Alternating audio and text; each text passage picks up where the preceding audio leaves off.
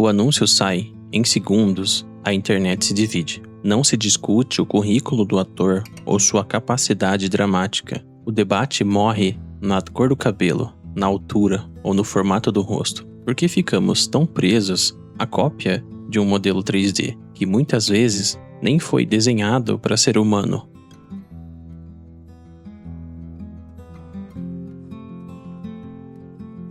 Quando jogamos algo e conhecemos algum personagem, acontece uma espécie de idealização. Vemos uma imagem daquele personagem e ao ver um humano real, com imperfeições e traços diferentes, quebra essa fantasia de controle que o fã possui. Uma busca por uma perfeição visual cria um aglomerado de ataques pessoais aos atores, muitas vezes ataques carregados de preconceitos velados. Uma adaptação de sucesso não acontece quando o ator parece um boneco de cera do jogo, mas quando ele entende o peso emocional do personagem. Se a narrativa é respeitada e o arco dramático funciona, as características físicas do ator se tornam irrelevantes em minutos, pois atuar não é fazer cosplay.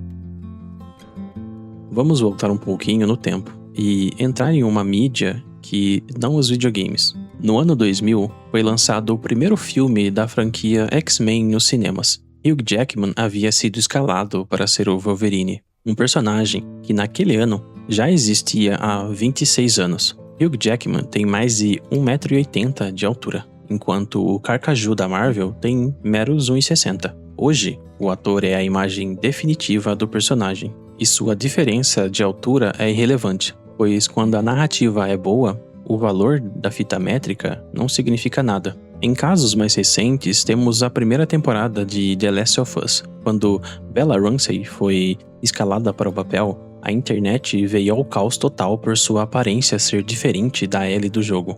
Enquanto isso, Pedro Pascal não recebeu nem mesmo uma parcela desse ódio. Viu a misoginia velada? E olha que a Bella entregou uma ótima Ellie na primeira temporada. A perda de essência da personagem na segunda temporada se deve muito mais por uma incompetência da direção e mudanças no roteiro do que na atuação da atriz. Quando se adapta uma obra para um outro formato de mídia, como quadrinhos para filmes ou videogames para séries, os personagens precisam ser traduzidos para aquele formato. O que faz um personagem ser quem ele é são as suas motivações, os seus traumas, o seu humor e suas relações com os outros. Isso é o conjunto de personalidade do personagem. Suas características físicas só fazem parte da adaptação se elas fizerem parte da personalidade do personagem, como Sean e Daniel Diaz, por exemplo. Se algum dia houver alguma adaptação live action de Life is Strange 2,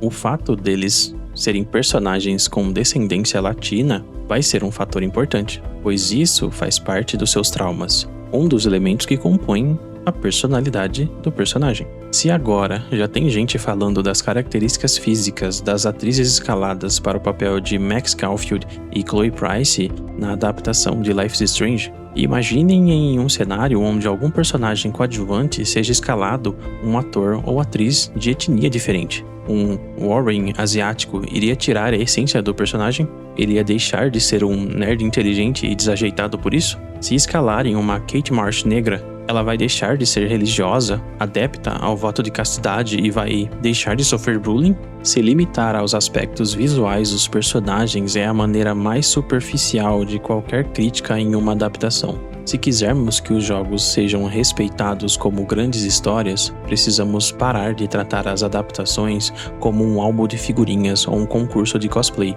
e começar a focar no que realmente importa. Se tem algo que Life is Strange não é superficial. Afinal, um personagem é feito de escolhas e não apenas de texturas.